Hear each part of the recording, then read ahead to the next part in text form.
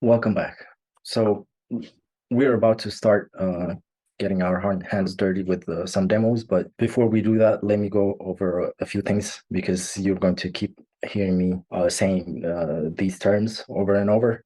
So the most important part is databases have interfaces and the systems that actually store the data. So I'm referring to servers and clients. You probably have heard of the client-server architecture, and the databases are really not that different. So where we store our data, where our databases exist, is where the system, the engine is, and that engine is called a server or a database server in this context. So there are many different types of database technologies that provide database services or the database servers. And then there are the clients, which is basically the software that you put on your computer to communicate with your database servers. So this client can be a GUI-based client. It could be a command line program like a shell, or it could even be a programming language that you communicate with the database. For instance, using Python or a Python library to communicate with a database server. So you can use a programming language, you can use a program that's already been developed, whether it's a GUI-based application or a command line-based software. So it's important to make these two distinctions. The server can reside anywhere. You don't really need to know where it is as long as you know how to reach it. The client most commonly is on the end user's machine or somewhere where the end user can reach. For this purpose, what we're going to do is put a client software on our machine for the first part of the demo. We will install dbeaver on our machine and then use dbeaver to communicate with the server. And like I said before, there are different types of databases. There are the relational or SQL databases and the NoSQL databases. MySQL is what we're going to use, but MySQL is not the only relational database that is out there. There are very popular other databases out there. For instance, the SQL server from Microsoft or MS SQL. There's Oracle and also Postgres. Similarly, for NoSQL databases, you have MongoDB or Redis or also Cassandra. MongoDB is probably, in terms of applications, one of the very popular ones, and also Redis and Cassandra. But this is probably the last time we will be talking about non-relational or NoSQL databases. So let's move on to putting dbeaver on our machine. It depends on what version of the client you're going to be installing. It depends on, of course, your operating system. There is a version for Mac, for Linux, for Windows, so it doesn't really matter. But let's see. Let's move on, and I will provide the link where you can download the dbeaver client for your specific operating system in the next video. And also, you will see the link in the slides. It's probably easier for you to copy paste the link from the slides and install the software. So while you do that, you can pause this video and then make sure the installation is successful, and just start the application. And then I will show you how to move on to communicating with MySQL server that we have already set up for you. That URL for the MySQL server will also be provided. So from here on, mostly it's following what is happening in the video. Make sure you pause the video, take your time, follow the steps, and then come back to the video and try to reproduce whatever you are seeing in the video.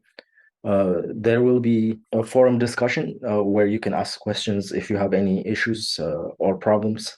So if you do this at your own pace, you shouldn't have any issues. But in reality, we all have sometimes problems communicating with software, especially putting software on your machine and all that stuff. So let's get that taken care of first, and then you can move on when you're ready. Okay, moving on. Now we need to install our database client, the dbeaver database client. You can see the URL. You can either pause your video and type this into your browser, or go to the slides and copy paste it from there. You can also Google dbeaver download. Either way, you should be able to reach the dbeaver download page, which looks like this.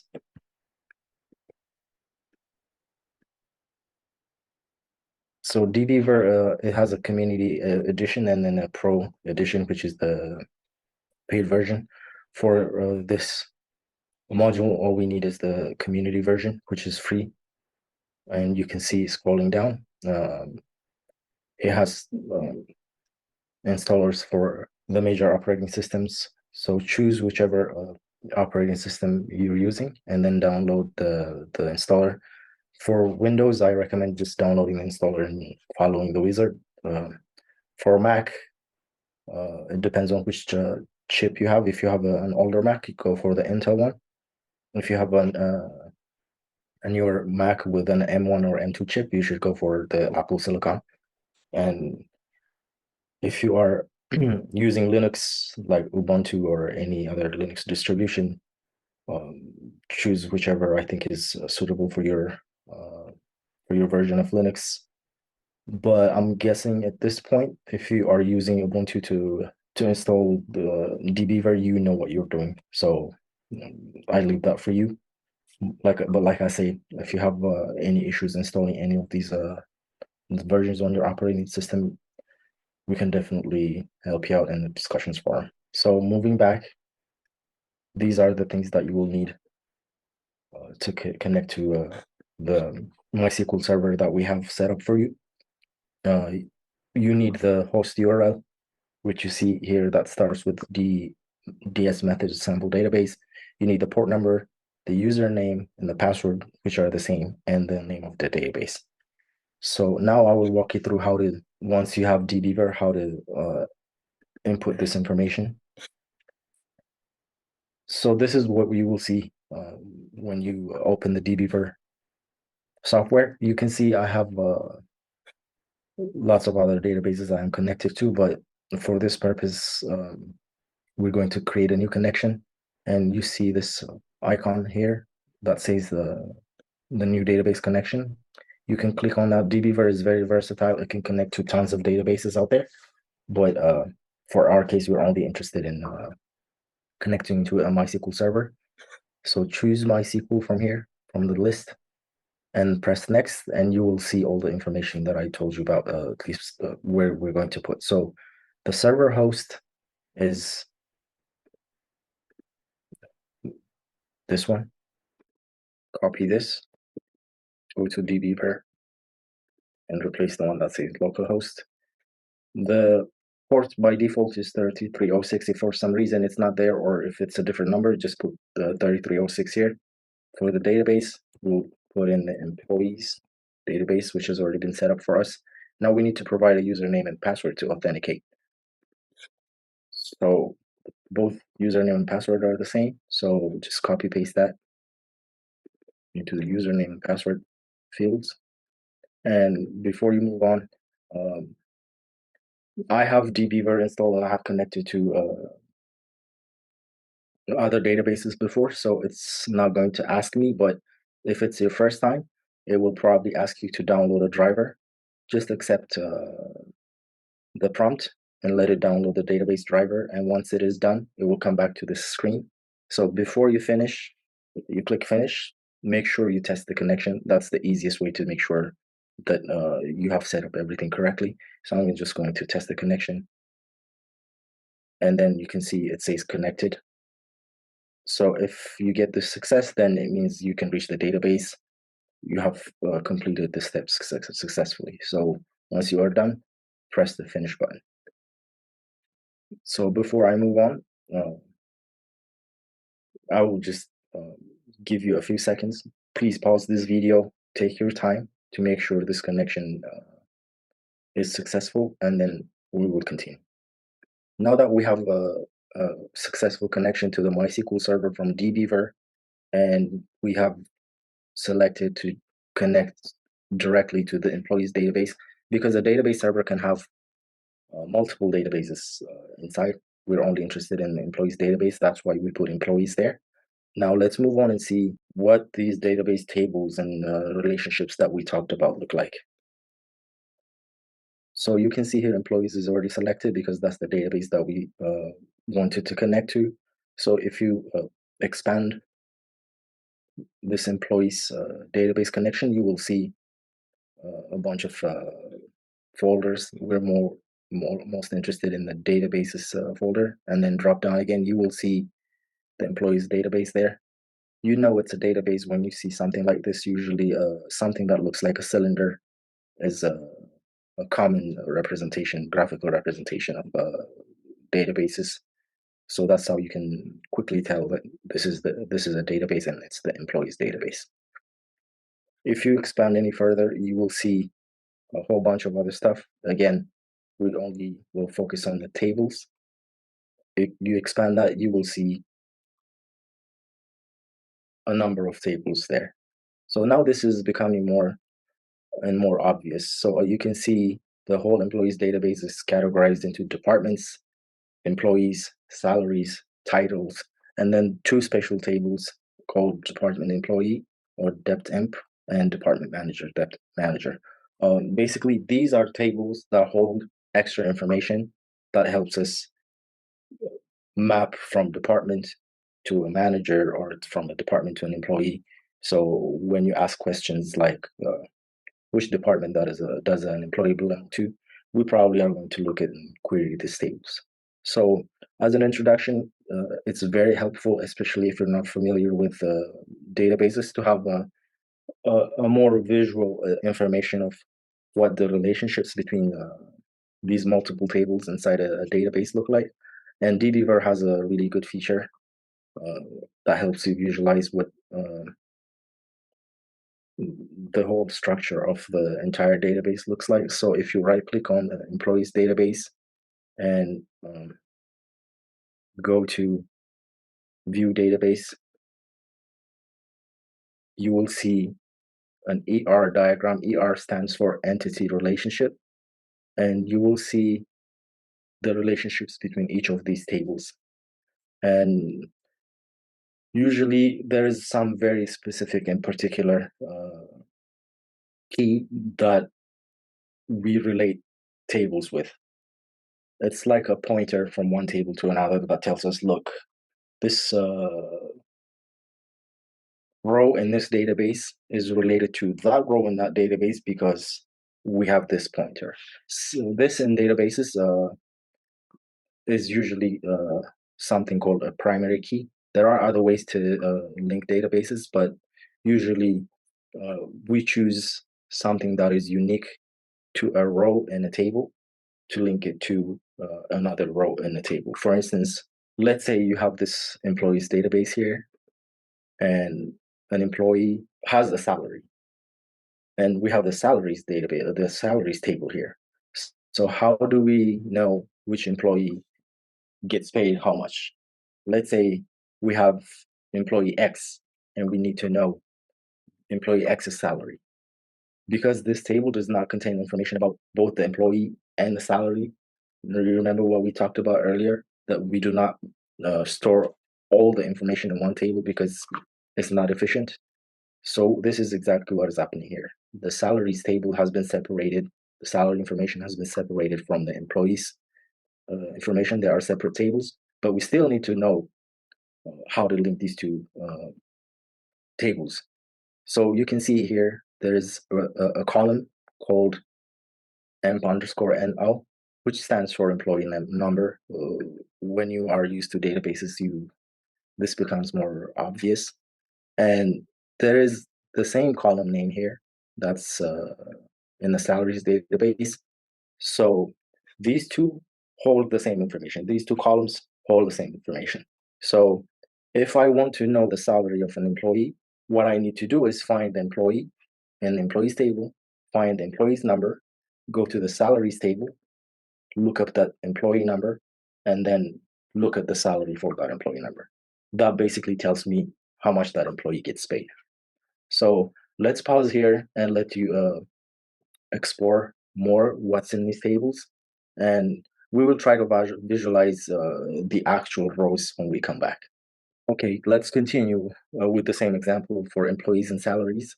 So this is how the tables are represented, but where is the data?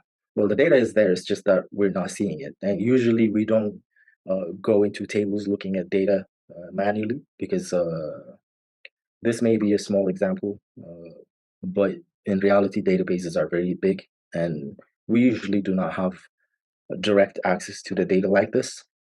But for educational purposes, let's do that. Let's see what the employees table holds. So if you double click on this, you will see tabs. The first one, properties, data, and the ER diagram. The ER diagram separates out the employees table and shows you the relationship between the employees table and the different other tables. We've already seen the relationship between employees and salaries. And if you click on the data tab, you will actually be able to see each row about an employee in the employees table. This table is a lot. It's big, as you can see. I keep scrolling. It keeps adding, because this is although it's a sample database, it's a huge database, because it was designed for introduction to databases. But let's pick the first employee, whose employee number is 10,001, and then they have their birth date, the first name, the last name, the gender, and the date that we're hired. If we were doing this manually, if we wanted to know about how much Georgie Facello gets paid, what we would do is take their employee number, which is 10,001, and then go to the salaries table. Let's open it up, and then look for that employee number in the database. So this is very interesting information, because it holds historical data about that employee. So one thing you would probably expect is, okay, an employee has a salary, so we picked one ID for that employee, for Georgie Facello, so it says 10,001, and it says their salary is $60,117. But if you look further down, there's not just one, but a lot more 10,001s as the employee number. So what does this mean? How can an employee have multiple salaries? But this is one thing. You, as the data scientist, would probably try to answer this question by looking at the other columns in the table. So as soon as you look at these two columns, it says from date to date. So we know this is historical data. So looks like by just looking at this information, we can tell Georgie Facello, with employee number 10,001, probably started working at the company in 1986. And for the first year, this was their salary, $60,117. But then looks like they got a promotion and got a raise of extra $2,102. And it looks like this employee has been performing good, because they kept getting raises every year. So this is basically what that information is. So the data stops at 2002 and 622, but looks like they made really good progress, because they were able to reach 88,000 between 1986 and 2002. That's a lot of years to stay at a company, but I think $60,000 in 1986 was good. So we commend them for that. That's a good thing. So it looks like this data ended in 2002, and you see this column. It's a very weird number. It says 9,999. That's a year. So that's one peculiar thing. In many software systems, you may see this number. It usually represents, if you were writing your resume and you report your current job in your resume, you would have a start date, but you would not have an end date. You probably would say to date or current. So in many software languages, like this is not like a hard coded principle or anything like that, but by convention, we say current using this number. It says 99,999. So 99.99 is their last date. So for practical purposes, I guess this works, because it will be sometime before we reach this year. So for the purpose of this module, this means current. So this is how you relate information. So it's not just simply look at this number and okay, I got this. Um, but I didn't have that information about like all these numbers. First, when I saw this, like you may have thought, I thought, why are there so many numbers? But as soon as you look at these dates, you can tell there is some sort of information there. So you as the data scientist, this is one thing I would like to mention. Usually when you are handed data, whether it's data that is stored in a database or data that is stored in some sort of document or like a corpus, um, it's data that has been collected, data that needs to be cleaned, data that it does not have a lot of documentation. So you, as the data scientists, you have to make those leaps from what you see to what you have to interpret. Uh, it's not always simple. It's not always correct, but this is what the science is about. If there is no simple formula for you to apply things, but even with a simple data structure like this database probably has documentation, but it's a good exercise for us to look together. So what we're going to do is now I will pause the video and move on to the next one. You pause your video and try to explore the other tables and relationships so that you can have a more detailed understanding of what these relationships are. And while you're at it, try to figure out what these columns actually mean. Say, take the titles table. What are the columns in there? What do they mean? Try to look at the entity relationship diagram. We saw the employee salaries, but if you open the departments, there are other tables. So what is the relationship between departments and the department manager tables? So try to make those leaps, try to understand those more, and then we'll move on to how to do what we just did in a different way. Because in reality, this is not how you communicate with databases. This was just for you to appreciate what database-based tables and columns and rows look like.